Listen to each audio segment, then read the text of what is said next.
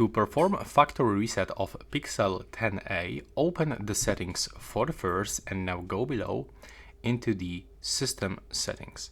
Now we have to go for reset options and just go for erase all date factory reset. Now as you can see short information what it does. So basically it's gonna remove everything from our phone, but don't worry, it's not gonna delete your Google account, for example. It's just gonna remove it from your phone, so you will be still able to sign in into other devices.